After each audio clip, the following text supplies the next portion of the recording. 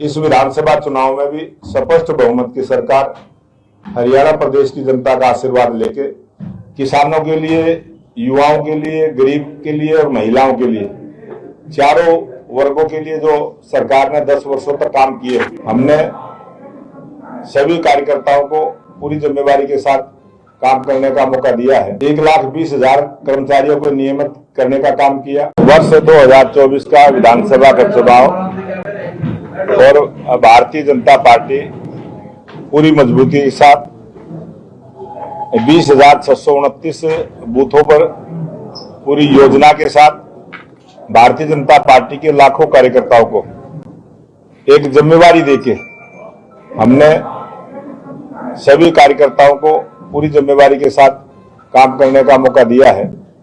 और इस विधानसभा चुनाव में जो हमारी हरियाणा सरकार की 10 वर्ष की उपलब्धियां, हरियाणा प्रांत पहला प्रांत है जिसने किसान के द्वारा उगाई गई सभी 23 फसलों को एमएसपी पर खरीदने की गारंटी दी है।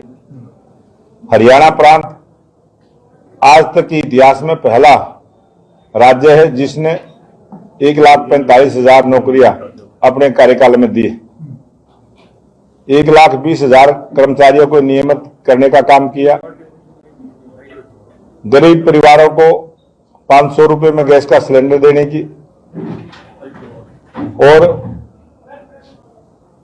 किसानों के लिए, युवाओं के लिए, गरीब के लिए और महिलाओं के लिए, चारों वर्गों के लिए जो सरकार ने 10 वर्षों तक काम किए, उन सब उपलब्धियों को लेके हम जनता के बीच में जाएंगे। और हरियाणा की जनता ने जो मन बनाया, हरियाणा की जनता ने जो भारतीय जनता पार्टी को विश्वास दिलाया है, इस लोकसभा चुनाव में भी Bharatiya Janata party vote percentage में सभी पार्टियों से आगे रही है।